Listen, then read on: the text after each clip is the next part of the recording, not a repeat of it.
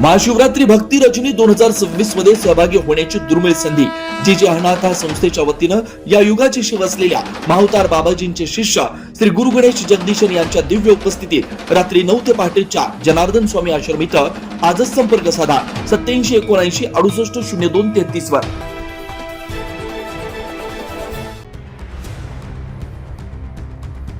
नाशिक शहराच्या द्वारका चौकातील वाहतूक कोंडी कायमस्वरूपी सोडवण्यासाठी उभारण्यात येणाऱ्या अंडरपासच्या कामाला सुरुवात झाली खरी, मात्र पहिल्याच दिवशी या कामामुळे नाशिककरांना मोठ्या मनस्तापाला सामोरं जावं लागलं।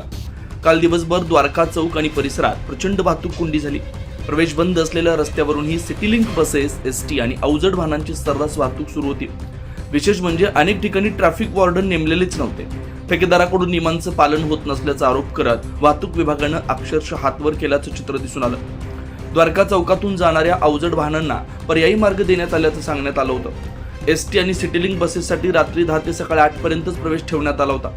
मात्र प्रत्यक्षात दिवसभर प्रवेश बंद रस्त्यावरूनच वाहतूक सुरू असल्यानं कोंडीत आणखीन भर पडली।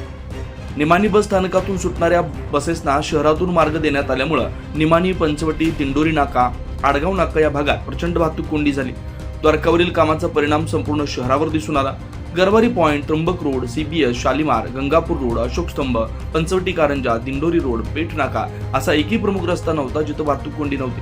अंडरपासमुळे भविष्यात दिलासा मिळेल अशी अपेक्षा असली तरी सध्या मात्र नियोजनाअभावी नाशिककरांना कोंडीचा फटका सहन करावा लागतोय। त्यामुळे आता प्रशासन या गोंधळातून कधी मार्ग काढणार आणि नाशिककरांना या वाहतूक कोंडीतून दिलासा कधी मिळणार हे बघणं महत्त्वाचं असणार आहे। 9 न्यूज महाराष्ट्र ब्युरो, नाशिक।